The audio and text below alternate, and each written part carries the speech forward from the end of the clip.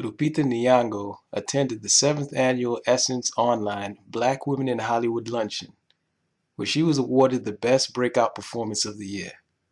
This is the speech she gave. I received a letter from a girl, and I'd like to share just a small part of it with you.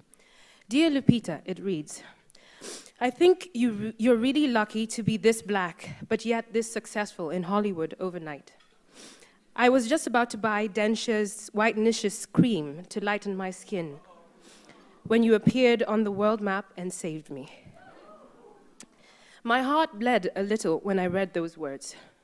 I could never have guessed that my first job out of school would be so powerful in and of itself, and that it would propel me to be such an image of hope in the same way that the women of the color purple were to me.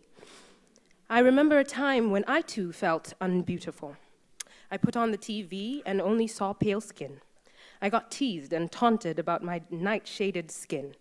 And my one prayer to God, the miracle worker, was that I would wake up lighter-skinned.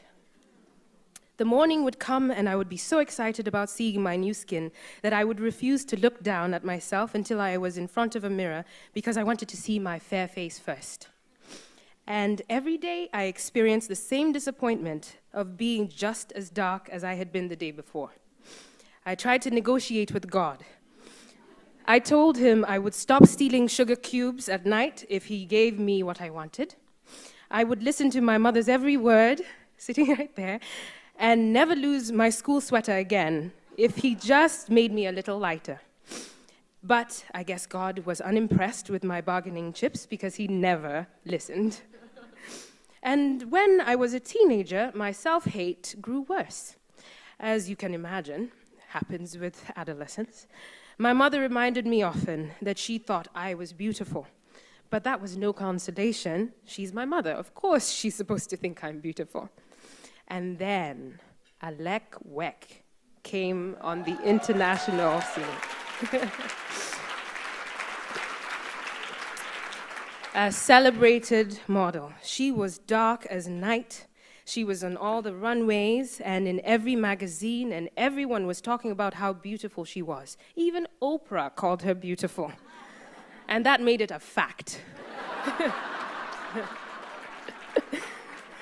I couldn't believe that people were embracing a woman who looked so much like me as beautiful. My complexion had always been an obstacle to overcome, and all of a sudden, Oprah was telling me it wasn't. It was perplexing, and I wanted to reject it because I had begun to enjoy the seduction of inadequacy. But a flower couldn't help but bloom inside me. When I saw Alec, I inadvertently saw a reflection of myself that I could not deny. Now, I had a spring in my step because I felt more seen, more appreciated by the faraway gatekeepers of beauty. But around me, the preference for light skin prevailed.